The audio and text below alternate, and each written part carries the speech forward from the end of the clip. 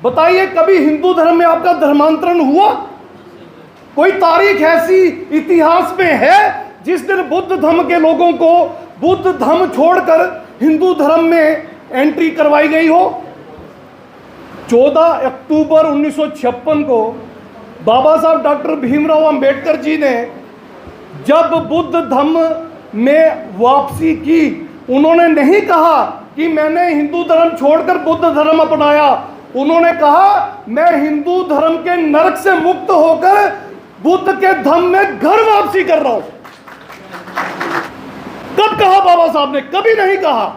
और उस दिन भी उन्होंने कहा मेरी नरक से मुक्ति हुई, मुझे हिंदू कहा जाता था, मुझे हिंदू माना जाता था, मेरे साथ ऊंच नीच का भाव रखा जाता था, मेरे साथ छुआछूत की जाती थी, इतना नारकीय जीवन था कि जानवर से मैं बदतर था, और उस नरक को मैंने त्याग दिया और अपने बुद्ध धर्म में घर वापसी की। तो फिर आप हिंदू कब बन गए? फिर आप हिंदू कब बन गए? जब हिंदू धर्म का रेफरेंस बाबा साहब ने 1935 में दिया, तब भी बाबा साहब ने कहा मैं हिंदू धर्म में पैदा हुआ, ये मेरे बस की बात नहीं थी। इसके कहने का तात्पर्य यह था कि मेरे परिवार को हिंदू माना जाता था। कोई ऐसा एविडेंस अवेलेबल नहीं है पूरे इतिहास में जो ये बता सके कि SC ST OBC कभी हिंदू धर्म में धर्मांतरण करके आया था। कभी नहीं आया था। बताइए, अगर किसी को पता है, जो भी यहां है कृपया जरूर बताए, कब आया था? कभी नहीं आया था। तो ये जो आपकी हजारों सालों की गुलामी है, कृपया यहां बोलने से पहले मेरा ये निवेदन रहेगा, एविडेंस के बगैर मत बोलिएगा। दूसरी महत्वपूर्ण बात, हमें यह भी कहा जाता है कि वर्ण और जातियां भी हजारों साल पुरानी थी। कहा जाता है ना, वर्ण और जातियां बुद्ध धर्म में थी क्या? बुद्ध के धर्म में कभी वर्ण थे क्या? नहीं थे। जातियां थी? नहीं थी। छुआछूत थी? नहीं थी। और 11वीं शताब्दी के अंत तक, 11वीं शताब्दी समझते हैं क्या होती है? 1100 AD से लेकर 1200 AD तक उसको 11वीं शताब्दी कहते हैं। 11वीं शताब्दी के अंत तक भारत बुद्ध में था। नालंदा यूनिवर्सिटी 11वीं शताब्दी के अंत में जलाई गई है। तब तक तो बुद्धिज्म ही बुद्धिज्म था भारत में। तो फिर वर्ण कब बने? जातियां कब बनी? थोड़ा कृपया दिमाग पे जोर दीजिए। आप क्या बोलते हैं मंच से? मंच पे आके आप बोलते क्या? आपको पता होना चाहिए आप क्या मैसेज क्या दे रहे हैं समाज में आके। हिंदू धर्म के 3 ही आधार हैं, शैव मत शिवजी, वैष्णव मत विष्णु, शाक्त मत शक्ति माता। और इतिहास में हमारे पास एविडेंस अवेलेबल है। पहला था शैव मत, जब विपस्सना में बैठे हुए बुद्ध को शिवजी डिक्लेयर किया गया और मनोती स्तूप को शिवलिंग डिक्लेयर किया गया। जिसने डिक्लेयर किया उसका नाम हमें पता है, आदि शंकराचार्य। उसका जन्म पर हमें पता है, केरला में हुआ, 788 AD में हुआ। 820 में 32 साल की उम्र में पायल से, बगंदर से, बवासीर से मर भी गया। पता है हमें उसका सारा इतिहास। तो हिंदू धर्म की शुरुआत करने वाला जब 788 में खुद जन्म ले रहा है, तो हिंदू धर्म हजारों लाखों करोड़ों साल पुराना कैसे हो गया? तब तो हिंदू शब्द भी नहीं था। दूसरा व्यक्ति जिसने बुद्ध को विष्णु बनाया, उसका भी हमें नाम पता है, रामानुजाचार्य। 11वीं शताब्दी, तमिलनाडु में पैदा हुआ। इसी तरह 13वीं शताब्दी में बुद्ध के छोटे स्टैचू और माँ तारा, माँ भद्रा, माँ काली, माँ रंबा, जो हमारी बुद्धिस्ट आइकन थी, जो इंटरनेशनल लेवल पे बुद्धिज्म का प्रचार प्रसार करने जाती थी, उनको उन्होंने शक्ति का रूप माँ शाक्त मत की शुरुआत की 13वीं शताब्दी में। जिस धर्म की बुनियाद 8वीं, 11वीं और 13वीं शताब्दी में रखी गई हो और 13 अखाड़े बनाए गए हों, वो हजारों साल, लाखों साल पुराना धर्म कैसे हुआ? कैसे हुआ? बताइए कैसे हुआ? और ये लोग कहते हैं कि वैदिक धर्म बुद्ध से पहले हुआ। अब तो scientific reasoning, logic based archaeological सर्वे की रिपोर्ट आ गई। मोहनजोदड़ो और हड़प्पा की खुदाई में भी पता चला हम तब भी बुद्धिस्ट थे। तथागत गौतम बुद्ध तक हम बुद्धिस्ट थे। और मोहनजोदड़ो और हड़प्पा की संस्कृति में नगर थे, महानगर थे, गांव नहीं थे, महानगर थे। अंडरग्राउंड सीवरेज सिस्टम था, वाटर सिस्टम था, बढ़िया मकान थे, स्नानागार थे। तब की बनी हुई ईंटें, पक्की ईंटें अभी तक जस की तस है। कितनी साइंस और टेक्नोलॉजी डेवलप थी, कितनी। और वैदिक काल वाले क्या कहते हैं, हमारे जो गुरु हैं वो आश्रमों में रहते थे, लोग कच्चे मकानों में रहते थे। अगर कच्चे मकानों में रहते थे तो इतनी रिच विरासत से पहले रहे होंगे, बाद में तो नहीं हो सकते। मगर फिर उनकी लैंग्वेज पे बात करो तो भाषा उनकी संस्कृत है। जिस संस्कृत का वो प्रयोग करते हैं उसका जन्म 12वीं शताब्दी में हुआ। 8वीं 9वीं शताब्दी से चलती चलती आगे एडवांस हुई। और जिन धर्म ग्रंथों की वो बात करते हैं, वेद, पुराण, स्मृति, श्रुति, महाभारत, रामायण, गीता, सबसे पहला वेद ऋग्वेद 1464 में लिखा गया। अगर किसी को शक है तो घर जाकर यूनेस्को वेबसाइट पे जाकर रिसर्च कर लीजिएगा। 1464। उसके बाद के वेद, बाद के पुराण, बाद की स्मृति, श्रुति, रामायण, महाभारत में तो हमारी बुद्ध जातक कथाओं का ही रूपांतरण है, उसका ब्राह्मणीकरण है। 11वें पुराण को भविष्य पुराण कहा जाता है। भविष्य पुराण में रानी विक्टोरिया का जिक्र है, मुगलों का जिक्र है। रामायण में बुद्ध का जिक्र है, अशोक वाटिका का जिक्र है। यहां तक कहा गया है बुद्ध मतावलंबियों से ब्राह्मणों को बहस नहीं करनी चाहिए। तो बुद्ध पहले हुए कि रामायण महाभारत के इनके पात्र पहले हुए? ऋग्वेद लिखने वाले इनके लोग पहले हुए। मनुस्मृति अभी लिखी गई है, चाणक्य अभी पैदा किया उन्होंने लिटरेचर में। तो खुदाया जब भी आप आते हैं मंच पे, एक रिसर्च लेके आइए, लोगों को जागरूक करिए। तो जाति की उत्पत्ति कब हुई? जात शब्द जो है, जात शब्द पाली का है। जात का मतलब होता है जन्म।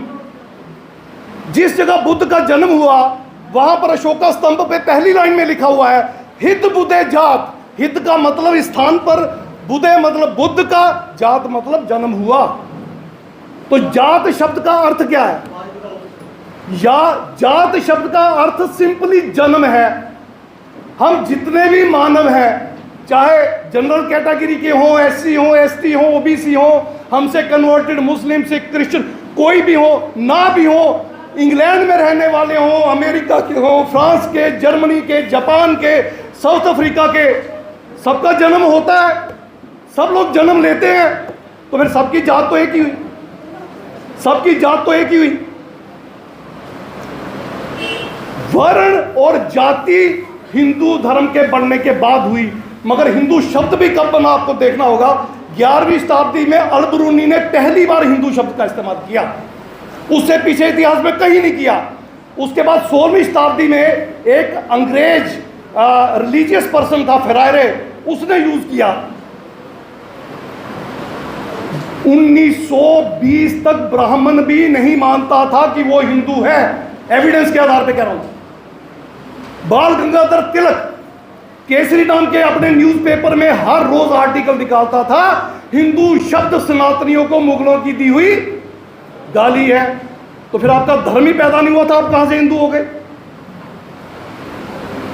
जिसने आर्य समाज की स्थापना की, मूल शंकर तिवारी, उसकी किताबें पढ़ लीजिए, सत्यार्थ प्रकाश पढ़ लीजिए। वो हिंदू धर्म को नहीं अपनाता, नहीं मानता खुद को हिंदू। पहले खुद को वैदिक कहते थे, फिर आर्य कहने लगे, फिर ब्राह्मण कहने लगे, फिर हिंदू कहने लगे। अब जब दाल गल नहीं रही, जब लोगों में जागृति आने लगी, लोगों को पता चला हमारा एक ही विरसा है, एक ही विरासत है, बुद्ध का धम्म, तो अब घबराए घबराए बुद्ध का एक शब्द चुरा के ले आए, सनातन। एसो धम्मो सनातनो, हमारे पुरखे का शब्द है, तुम्हारे बाप का नहीं है। हमारे पुरखे का शब्द तुम्हारे बाप का नहीं है, हमारे बाप का है। चुरा लोगे क्या? और हम दे देंगे क्या? जूते से पीटेंगे, नहीं देंगे। ये हमारी विरासत है, हम रखेंगे, ये हमारी विरासत है। इसलिए वर्ण और जाति पिछले 800-900 साल की पैदाइश है। तभी क्रांति युग पुरुष रैदास जी इसके विरोध में बोले, तभी क्रांति युग पुरुष कबीर जी इसके विरोध में बोले, सैन जी इसके विरोध में बोले, गोरे जी महाराज इसके विरोध में बोले, धन्ना जाट पीपा जी, बड़ी लंबी फहरिस्त है, बाबा नानक। तभी ये लोग जात के विरोध में बोले, वर्ण के विरोध में बोले, क्योंकि तब ये स्टैब्लिश हो रही थी। और मुगलों ने इनका समर्थन किया, क्योंकि तथाकथित इन ऊंची जाति के लोगों ने अपनी बेटियां तक उनको दे दी, तभी उन्होंने इनका समर्थन किया। इससे पहले कोई वर्ण और जाति नहीं थी। और जिस क्रांति युग पुरुष रैदास जी महाराज ने जाति को जूतों से पीटा, हमने घसीट कर उस क्रांति युग पुरुष की एक जात बना दी। जिस क्रांति युग पुरुष कबीर जी ने जाति के विरोध में सबसे बड़ी प्रखर आवाज उठाई, उन क्रांति युग पुरुष कबीर जी को भी हमने घसीट कर एक जाति के बंधन में बांध दिया। यही सैन वालों ने किया, यही गोहरे जी महाराज वालों ने किया, यही धन्ना जाट वालों ने किया, यही बाबा नानक वालों ने किया। हम इतने मूर्ख हैं कि हम उन महामानवों को भी उस प्रकोप में धकेल देते हैं जिस प्रकोप से बचाने के लिए वो दिन रात हमारे लिए प्रयासरत रहते हैं। ये हमें समझना होगा। और ये जाति की बीमारी ऐसी है, जाति नहीं, और ये सिर्फ SC ST में नहीं है, OBC में भी बड़ी बड़ी मजबूती से है। जैसे नाई जाति है, मैंने सबसे पूछा ये नाई जाति, नाई का अर्थ क्या होता भाई? कोई नहीं बताता। ब्यूटिशियन का काम, हेयर ड्रेसिंग का काम तो ब्राह्मण भी कर रहे हैं, ब्राह्मणियां भी कर रही हैं, क्षत्रिय राजपूत उनकी औरतें भी कर रही हैं, ब्यूटी पार्लर खोले हुए हैं, बाणिये भी कर रहे हैं, खत्री भी कर रहे हैं। तथाकथित जो अपने आपको ऊंची जाति कहते हैं वो सारे कर रहे हैं, मगर वो नाइयों से रिश्ते नहीं कर रहे। शब्द नाई नहीं है, न्यायी है, और न्यायी वही होता जो राजा होता है। और अगर आप राजा थे तो बुद्धिस्ट थे, जब आप बुद्धिस्ट थे तो राजा थे, जब आप बुद्धिस्ट नहीं रहे तो फिर आप नीच हो गए, नाई हो गए। ऐसे एक चीर जाति हमारे यहाँ, वो चीर नहीं है, चीवर है, जिन्होंने चीवर धारण किया, बुद्ध के प्रवचनों को देश विदेश में पहुंचाया, बुद्ध के प्रचार प्रसार को गा गा कर बताया। आज वो माता की भेंटें गाते हैं, ब्राह्मणवाद के पैरोकार हैं, खुद को चीर कहते हैं। इसी तरह कुंभार, कुंभ बुद्ध से रिलेटेड है। लोहार तरखान विश्वकर्मा वो था जिस महान शख्सियत ने बुद्धिज्म के बड़े बड़े आर्कियोलॉजिकल स्ट्रक्चर बनवाए थे, बड़ी बड़ी गुफाएं बनाई थी, जो आजकल हिस्टोरिकल बड़े बड़े आर्कियोलॉजिकल हिस्टोरिकली मॉन्यूमेंट्स हैं, जिसको देखने लोग बाहर से आते हैं। तो जब तक हम जातियों में रहेंगे, जब तक हम वर्णों में बंटे रहेंगे, जब तक हम हिंदू धर्म को अपना धर्म समझते रहेंगे, बाबा साहब का सपना भारत को बुद्ध में करने का पूरा नहीं हो सकता। और जब तक हम इस कार्य को करने से पीछे हटते रहेंगे तब भी नहीं होगा। अब बुद्ध का धम्म भी चाहिए, रिजर्वेशन भी चाहिए, फिर रिजर्वेशन चाहिए तो जाति भी चाहिए, जाति चाहिए तो मजबूती भी चाहिए। अब फैसला आपको करना। मतलब नहीं है तो हम अवर्ण हैं, हम अछूत हैं। अब बाबा साहेब डॉक्टर B.R. अम्बेडकर जी ने मनुस्मृति को इसलिए आग लगाई क्योंकि मनुस्मृति में हमारे लिए पढ़ने का अधिकार नहीं था।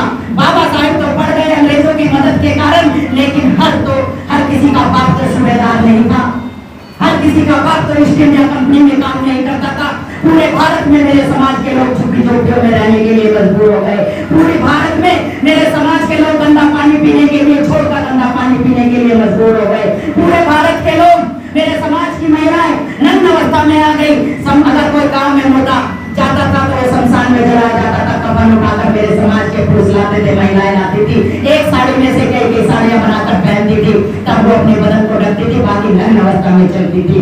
मनुस्मृति में लिख दिया गया कि इन अछूत शूद्रों की महिलाओं की कोई इज्जत नहीं है। दिन में अगर कोई भी चाहे ऊंची जाति वाला इनका कहीं पर भी बलात्कार कर सकता है, कोई भी रोक टोक नहीं है। मनुस्मृति में लिख दिया गया महिलाएं पैर की जूती हैं। मनुस्मृति में लिख दिया गया कि अगर कोई तुम्हें जुए में हार रहा है तो हार जाने दो। मनुस्मृति में लिख दिया गया कि तुम्हें पति के साथ जिंदा जलाया जाता है तो जलने दो, तुम आवाज नहीं उठाओगे। लेकिन बाबा साहेब डॉक्टर B.R. अम्बेडकर जी ने इस मनुस्मृति को आग लगा दी 25 दिसंबर 1927 को महार के अंदर। अच्छा क्या है, बुरा क्या? जिस घर में